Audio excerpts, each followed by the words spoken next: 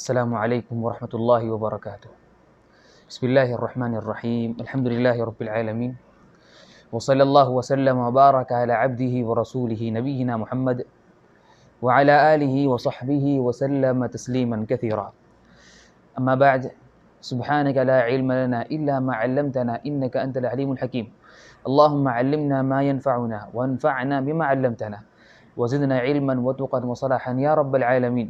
اللہم آت نفوسنا تقواها وزکیها انت خیر من زکاها انت ولیوها ومولاها برحمتک یا ارحم الراحمین۔ اللہم واجعل القرآن العظیم ربیع قلوبنا ونور صدورنا وجلاء احزاننا وذهاب همومنا وغمومنا برحمتک وفضلک وجودک واحسانک ومنک وکرمک یا اکرم الاکرمین یا رب العالمین۔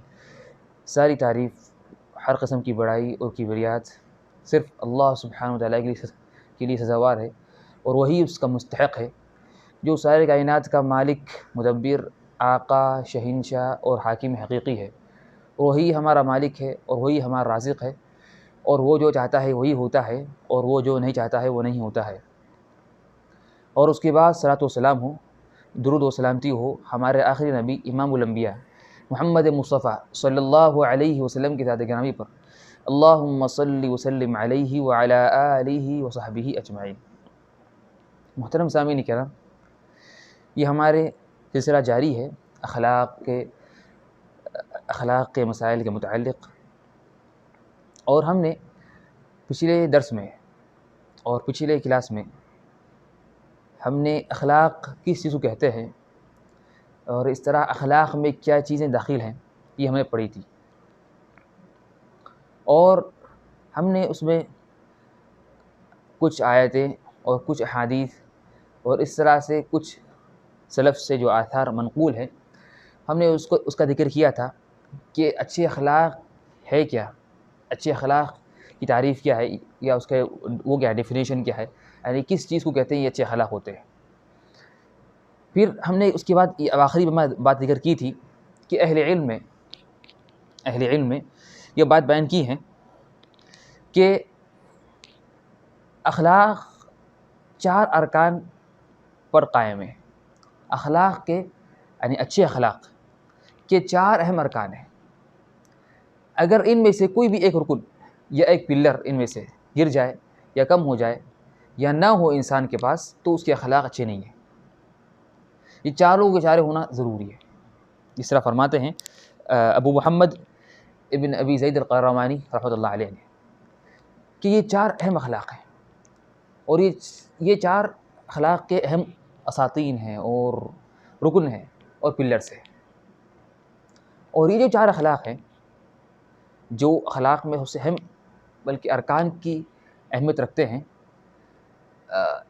ان چاروں کا ذکر مختلف 4 حدیثوں میں آیا ہے، مختلف 4 الگ الگ حدیثوں میں آیا ہے۔ ہر خلق کا ان اخلاق میں سے ان کا ذکر ایک حدیث الگ الگ حدیث میں آیا ہے۔ تو اس طرح 4 حدیثوں میں ان چاروں کا ذکر ہے۔ تو پہلی جو اہم بات ہے، جو اخلاق کا اہم رکن ہے، وہ ہے اپنی زبان کی حفاظت کرنا۔ اپنی زبان کی حفاظت کرنا، زبان کی حفاظت کرنا یہ اخلاق کا سب سے اہم رکن ہے، اور اکثر جو انسان سے برے اخلاق ہوتے ہیں وہ زبان کی وجہ سے ہوتے ہیں۔ اکثر غالباً جو انسان سے برے اخلاق واقع ہوتے ہیں اور صادر ہوتے ہیں، اس کی وجہ زبانی ہوتی ہے، اس کی وجہ زبان ہوتی ہے۔ انسان زبان کے ذریعے گالی دیتا ہے، یا کسی کو برا بھلا کہتا ہے، یا کسی کا دل کو غم کرتا ہے۔ اس طرح سے اکثر مصائب جو ہوتے ہیں ان کی زبان ہے۔ تو برے اخلاق کا اہم مصدر اور برے اخلاق کا اہم سورس یہ زبان ہے۔ زبان ہی سے اکثر برے اخلاق واقع ہوتے ہیں۔ تو اس لیے زبان کی حفاظت کرنا یہ اخلاق کی سب سے اہم چیز تھی۔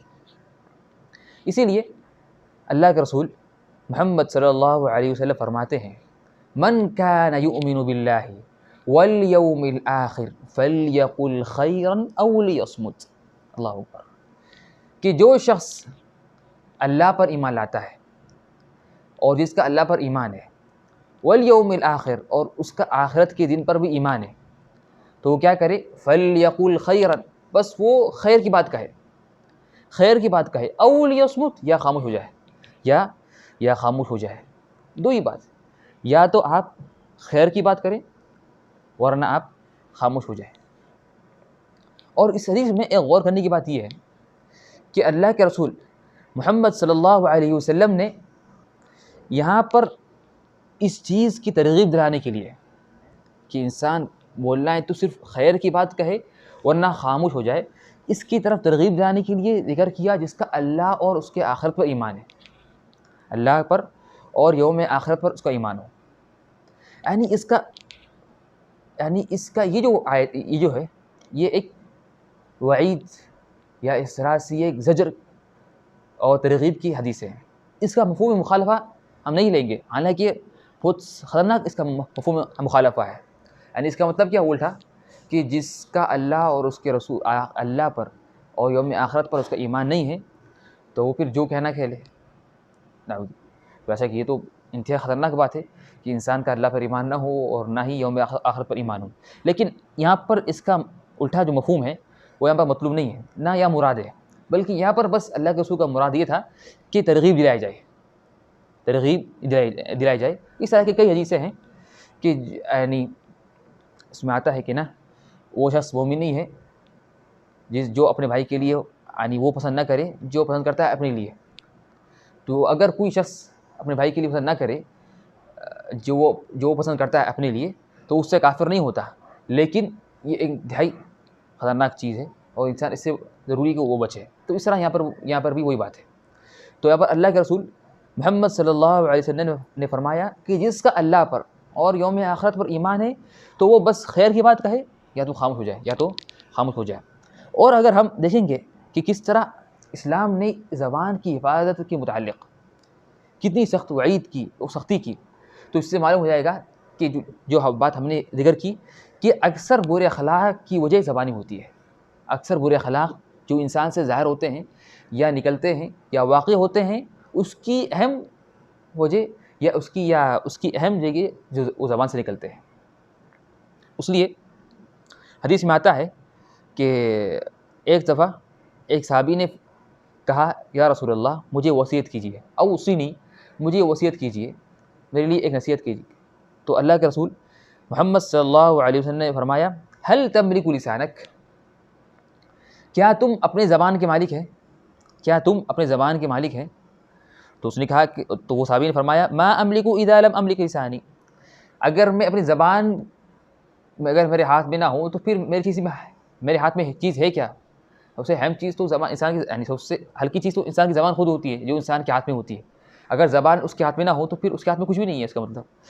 تو اللہ کے رسول نے فرمایا کہ تم اپنی زبان سے وہی کہو جو معروف چیز ہے, جو اچھی بات ہے. تو یہاں پر اللہ کے رسول نے یہ کہا کہ جب تمہاری زبان تمہارے ہاتھ میں ہے, یعنی اس کا مطلب کیا ہے کہ تم جو چاہے بول سکتے ہو اور جو چاہے اسے نہ بولو.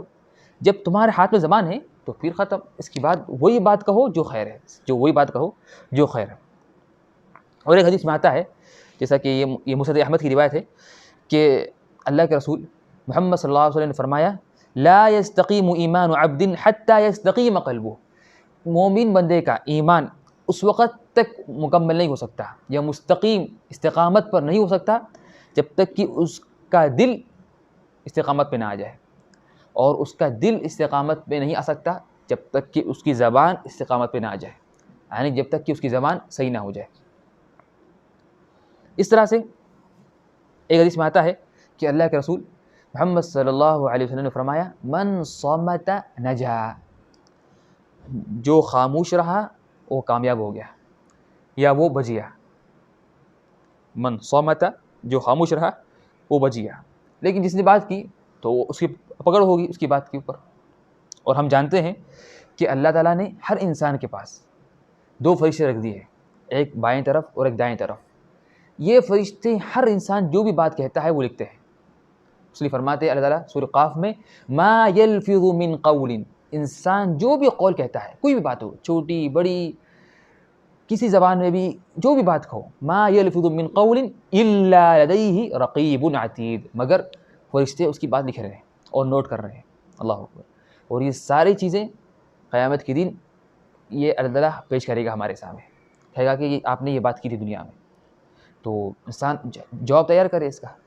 جب اسے یقین ہے، جانتا ہے کہ قیامت کے دن اللہ تعالیٰ اس سے پوچھنے والے ہیں اور اس کا حساب ہوگا کہ تم نے یہ والی بات کیوں کہی تھی، یہ بات کیوں کہی تھی، تو پھر وہ اس کا جواب تیار کرے.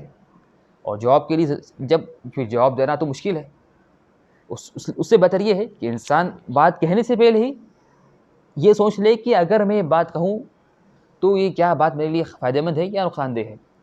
کیا یہ بات جو میں کرنے جا رہا ہوں ابھی، کیا اس کرنے سے قیامت کے دن میں بچ جاؤں گا، یا مجھے اس بات کرنے سے مجھے قیامت کے دن سخت عذاب مجھے اٹھانا پڑے. اور ایک حدیث میں آتا ہے کہ اللہ کے رسول محمد صلی اللہ علیہ وسلم نے فرمایا، ان الرجل لا يتكلم بالكلمة ما يتبين ما فيها. ایک آدمی ایک بات کرتا ہے، ہلکی سی بات، لیکن وہ نہیں جانتا یا وہ نہیں سوچتا کہ اس بات کے اندر ہے کیا، یعنی کتنی بڑی بات ہے یہ، یا کتنی بری اور خطرناک بات ہے. لیکن وہ بات بغیر علم کی وہ بات کر دیتا ہے، حالانکہ یہ اس بات کی وجہ سے اسے جہنم میں ڈالا جاتا ہے. اتنی دور پھینکتے ہیں اطلاع جہنم کے اندر جس طرح مشرق اور مغرب کا فاصلہ ہے. کتنا فاصلہ ہے؟ مشرق اور مغرب، ویسٹ اینڈ ایسٹ میں بہت فاصلہ ہے، انتہائی طویل فاصلہ ہے. تو اتنی ہی دور، بلکہ یہ تو ایک مثال کی طرح بیان کیا گیا، اتنی دور اس شخص کو نہ بس صرف ایک کلمے کی وجہ سے جو اس نے کہہ دیا تھا، یہ ایک بات بغیر جانے کے، بغیر اس کی جو خطرناک، اس کی جو اثرات ہے اس کلمے کے وہ کہنے کے، تو وہ اس نے کہہ دیا، تو پھر وہ جہنم کے اندر تقریباً کئی طویل فاصلے کی مقدار میں اسے اندر جہنم کے اندر اللہ اسے پھینک دیں گے. اور ابھی اس زمانے میں ایک نیا طریقہ آ چکا ہے. کیا طریقہ ہے بات کرنے کا؟ کہ چیٹنگ بھی بات کی طرح ہی ہے. بات تو زبان سے کہنی تھی، اب چیٹنگ بس ہاتھ سے لکھنا ہے. آپ جو زبان سے کہتے تھے اب اس کو آپ چیٹ میں لکھ رہے ہیں، تو پھر وہ اس کا حکم وہی ہوگا. تو جو بھی انسان چیٹ میں لکھتا ہے کسی بھی ایپ کے اندر، واٹس ایپ، فیس بک، ٹویٹر، جو بھی بات لکھتا ہے وہ ساری کے سارے باتیں نوٹ کی جا رہی ہیں کہ آپ کیا لکھ رہے ہیں، اور اس کی پکڑ ہوگی. بلکہ ابھی تو معاملہ اور خطرناک ہو چکا ہے. پہلے اگر آپ کچھ بات کہتے تو صرف سامنے ایک دو لوگ سنتے تھے. ابھی آپ جب چیٹ میں لکھیں گے یا لکھیں گے ان واٹس ایپ وغیرہ کے ذریعے، تو آپ کی ایک اگر بری بات ہو تو ساروں لوگوں تک پہنچ جائے گی، ہزاروں لوگوں تک، بلکہ ملینز تک آپ کی بات پہنچ جائے گی، اور سب کا گناہ آپ کو ملے گا. اگر بات خطرناک تھی، اگر بات صحیح نہیں تھی، نقصان دہ بات تھی، حق کے خلاف بات تھی، تو سارا نقصان آپ کو ہوگا. بلکہ اگر آپ مر بھی جائیں اور آپ کا میسج گھوم رہا ہے گروپس کے اندر، واٹس ایپ کے اندر، فیس بک کے اندر، تو گناہ آپ کو ملتے جاتا ہے. یعنی تو چاہیے کہ انسان یہ کوشش کرے کہ اس کے مرنے کے بعد اس کی نیکیاں جاری رہیں.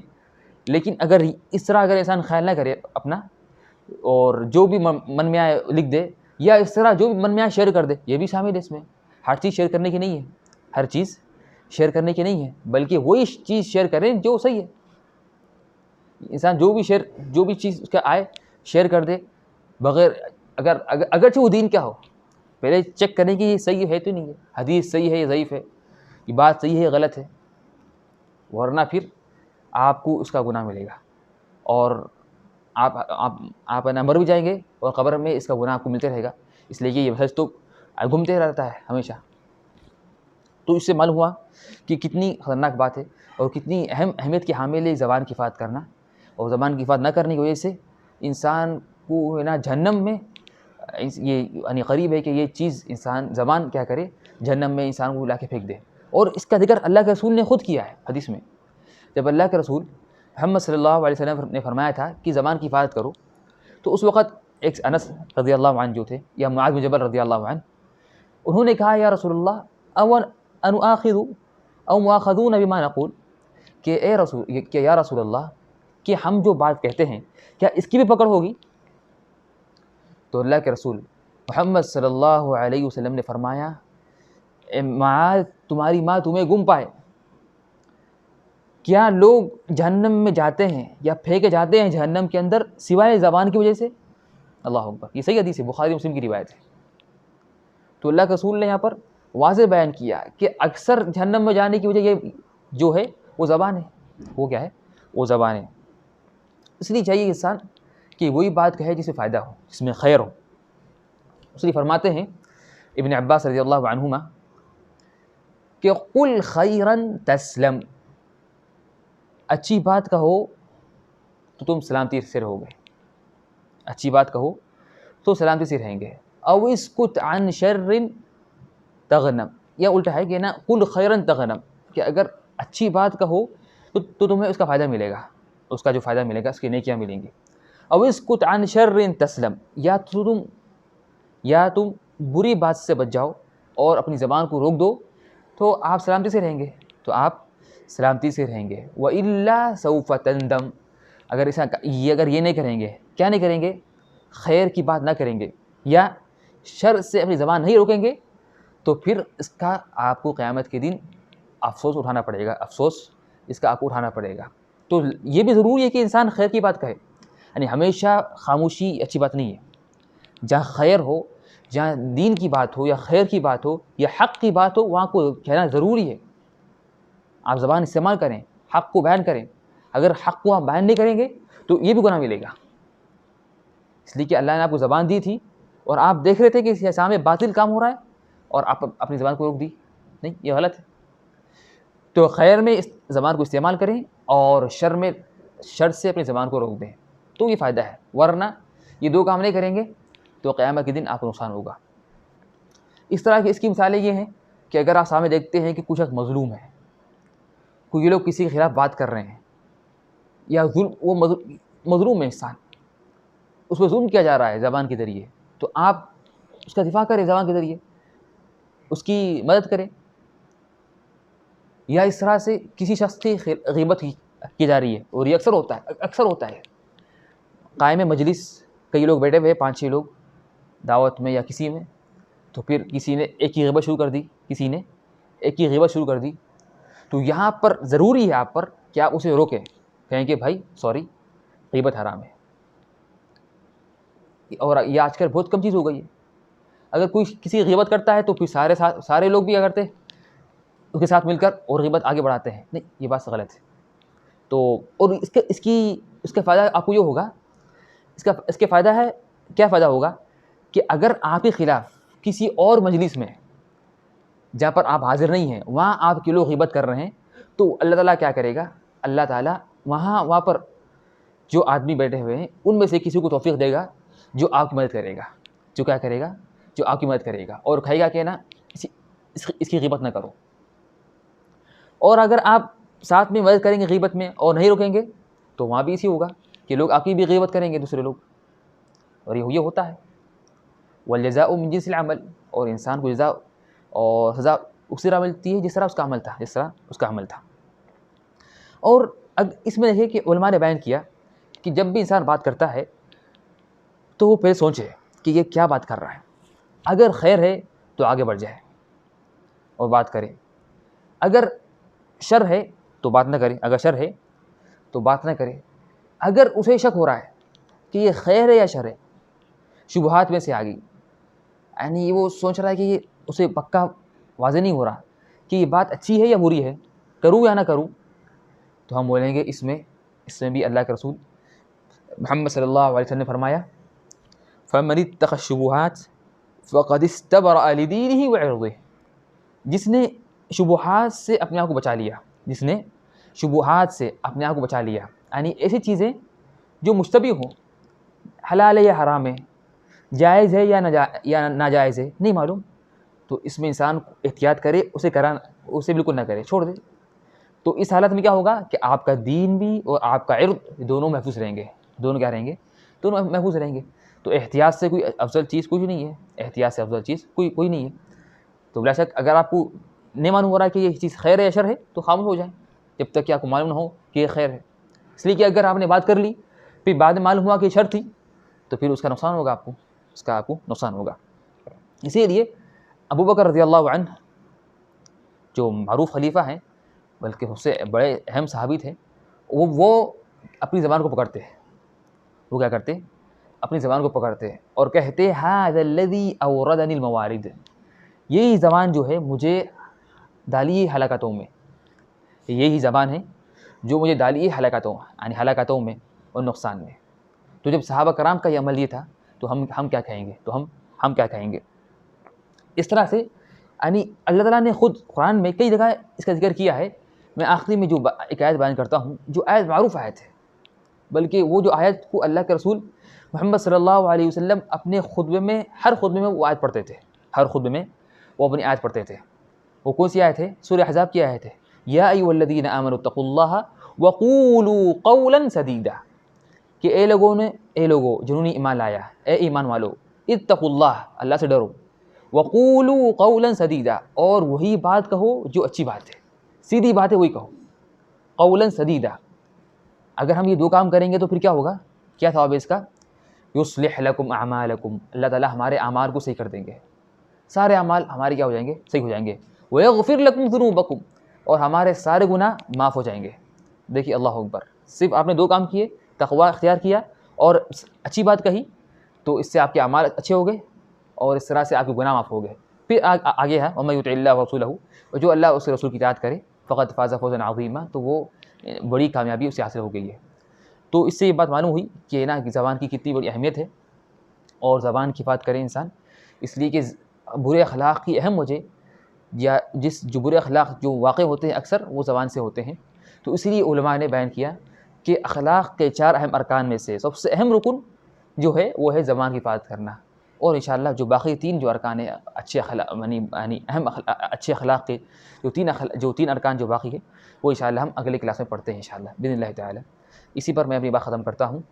سبحانک اللہم وبحمدک, اشہد ان لا الہ الا انت, استغفرک واتوب الیک. والسلام علیکم ورحمۃ اللہ وبرکاتہ.